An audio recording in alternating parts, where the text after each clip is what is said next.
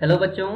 आइए प्रश्न को पढ़ते हैं। प्रश्न यह है, यदि x की घात 3 प्लस y की घात 3 माइनस 3a x की घात 2 बराबर 0, तो सिद्ध कीजिए कि d की घात 2y बटे dx की घात 2 बराबर माइनस 2a की घात 2 x की घात 2 बटे y की घात 5। आइए सर्वप्रथम प्रश्न की मुख्य अवधारणा को जान लेते हैं।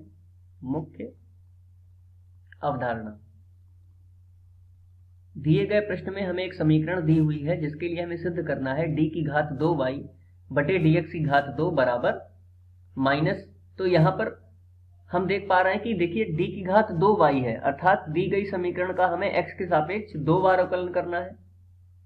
अवकलन करने के लिए प्रयुक्त सूत्रों को एक बार देख लेते हैं। यदि हम x के सापेक्ष x की घात n का अवकलन करें तो हमें प्राप्त होगा n x की घात n माइनस 1। इसके अतिरिक्त यदि हम अंश बटे हर के रूप में फलन दिए जाएं और इनका x के सापेक्ष अवकलन करना हो तो वह होता है, सर्वप्रथम हम बटे में हर की घात 2 लिख लेंगे, ऊपर अंश में सर्वप्रथम हर को छोड़ देंगे, अवकलन करेंगे अंश का, माइनस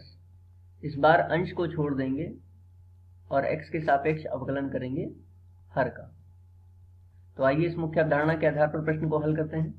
प्रश्न में दी गई समीकरण है x की घात 3 प्लस y की घात 3 माइनस 3 ax की घात 2 बराबर 0। यदि हम x के सापेक्ष इसका अवकलन करें तो देखिए x की घात 3 का अवकलन कितना हो जाएगा, 3x की घात 2, फिर x का कितना अवकलन हो जाएगा 1, तो उसको लिखने की आवश्यकता नहीं है, प्लस y की घात 3 का अवकलन कितना होगा 3y की घात 2, और y का अवकलन होगा dy बटे dx, माइनस 3, और ये देखिए x की घात 2 है तो 2 आगे आ जाएगा, तो हमें प्राप्त होगा 6ax बराबर में 0। अब देखिए पूरी समीकरण में 3 उभयनिष्ठ है, तो इसको उभयनिष्ठ लेकर के 0 में यदि हम भेज दें तो हमें प्राप्त होगा x की घात 2 प्लस y की घात 2 dy बटे dx माइनस 2ax बराबर 0। यहाँ से देखिए dy बटे dx का मान प्राप्त करते हैं सर्वप्रथम अगले प्रश्न पर, तो इसको लिख लेंगे y की घात 2 dy बटे dx, और बाकी दोनों पदों को यदि हम उधर भेज दें तो चिन्ह परिवर्तित हो जाएंगे, अर्थात 2ax माइनस x की घात 2, 2ax माइनस x की घात 2, तो dy बटे dx का मान प्राप्त हो जाएगा 2ax माइनस x की घात 2 बटे में y की घात 2। इसको हम समीकरण 1 कह सकते हैं। अब एक बार इसका x के सापेक्ष पुनः अवकलन यदि हम करें तो हमें क्या प्राप्त होगा, d की घात 2y बटे dx की घात 2,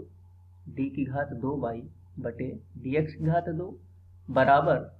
देखिए हर में है y की घात 2, तो y की घात 2 की घात 2 हमें प्राप्त होगी सूत्र के आधार पर जो हमने मुख्य अवधारणा में दिया है,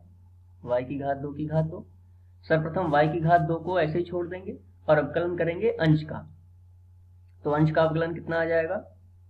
2a माइनस x की घात 2 का अवकलन 2x, माइनस इस बार अंश को छोड़ देंगे अर्थात 2ax माइनस x की घात 2 को ऐसे ही लिखेंगे, और y की घात 2 का अवकलन कितना आएगा 2y गुणा dy बटे dx। तो देखिए dy बटे dx का मान हम समीकरण 1 से यहीं पर लिख सकते हैं, जो कि है 2ax माइनस x की घात 2 और बटे में y की घात 2।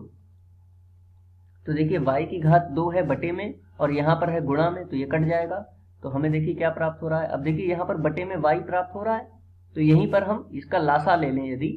तो लासा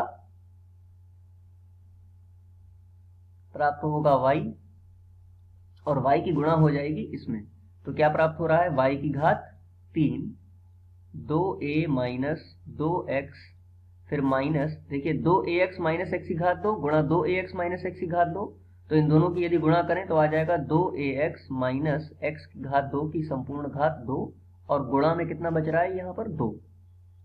और पूरे के बटे में कितना आ रहा है y की घात 4 हो जाएगा, क्योंकि y की घात 2 की घात 2 थी, तो घात की घात हो तो दोनों की गुणा हो जाती है। अब देखिए ये जो y है ये y की घात 4 में गुणा होकर के कितना बन जाएगा y की घात 5, तो इसको लिख लेते हैं y की घात 5। अब देखिए y की घात 3 का मान दिए गए प्रश्न में यहाँ पर से हम प्राप्त कर सकते हैं, जो कि प्रश्न में दे रखा है। y की घात 3 का यदि हम यहाँ से मान निकालें तो हमें क्या प्राप्त होगा, 3ax की घात 2 माइनस x की घात 3। यह y की घात 3 का मान हम यहाँ पर रख देते हैं। y की घात 3 का मान 3ax की घात 2 माइनस x की घात 3, और दूसरे कोष्ठक में कितना है, 2a माइनस 2x माइनस, यहाँ पर देखिए इसकी संपूर्ण घात 2 है तो हम सूत्र द्वारा इसका विस्तार कर लेंगे तो हमें प्राप्त होगा 4a की घात 2 x की घात 2 प्लस x की घात 4 माइनस 2 दूनी 4 a x की घात 3, a x की घात 3, और कोष्ठक के बाहर 2 था उसको यहाँ पर लिख सकते हैं तो यहाँ पर लिख दिया। अब इसको हल कर लेते हैं। देखिए इन दोनों कोष्ठक की गुणा कर लेंगे अगले पृष्ठ पर, तो 3ax की घात 2 की गुणा होगी 2a से, तो हमें क्या प्राप्त होगा, 3 दूनी 6 a की घात 2 x की घात 2, 3 दूनी 6 a की घात 2 x की घात 2। अगला पद क्या प्राप्त होगा, 3ax की घात 2 की यदि हम 2x में गुणा करें तो 3 दूनी 6 ax की घात 3 माइनस का 6 ax की घात 3। अगला पद देखिए, यदि माइनस x की घात 3 की हम 2a से गुणा करें तो हमें क्या प्राप्त होगा, माइनस 2a x की घात 3, माइनस 2a x की घात 3। और अगला पद होगा माइनस x की घात 3 की माइनस 2x से गुणा करें तो माइनस माइनस प्लस 2x की घात 4, तो लिख लेंगे प्लस 2x की घात 4। आगे देखते हैं।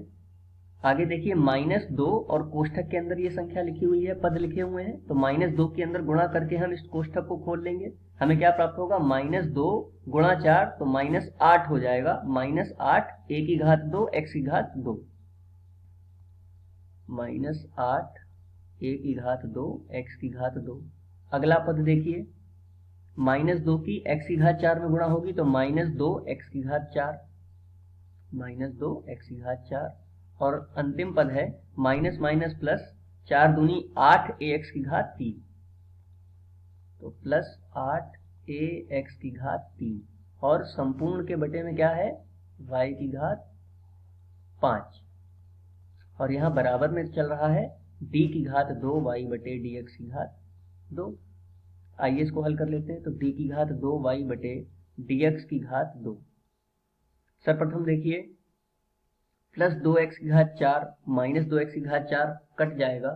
यहाँ पर देखिए 6 a की घात 2 x की घात 2, और यहाँ पर है माइनस 8 a की घात 2 x की घात 2, तो ये घट करके कितने रह जाएंगे,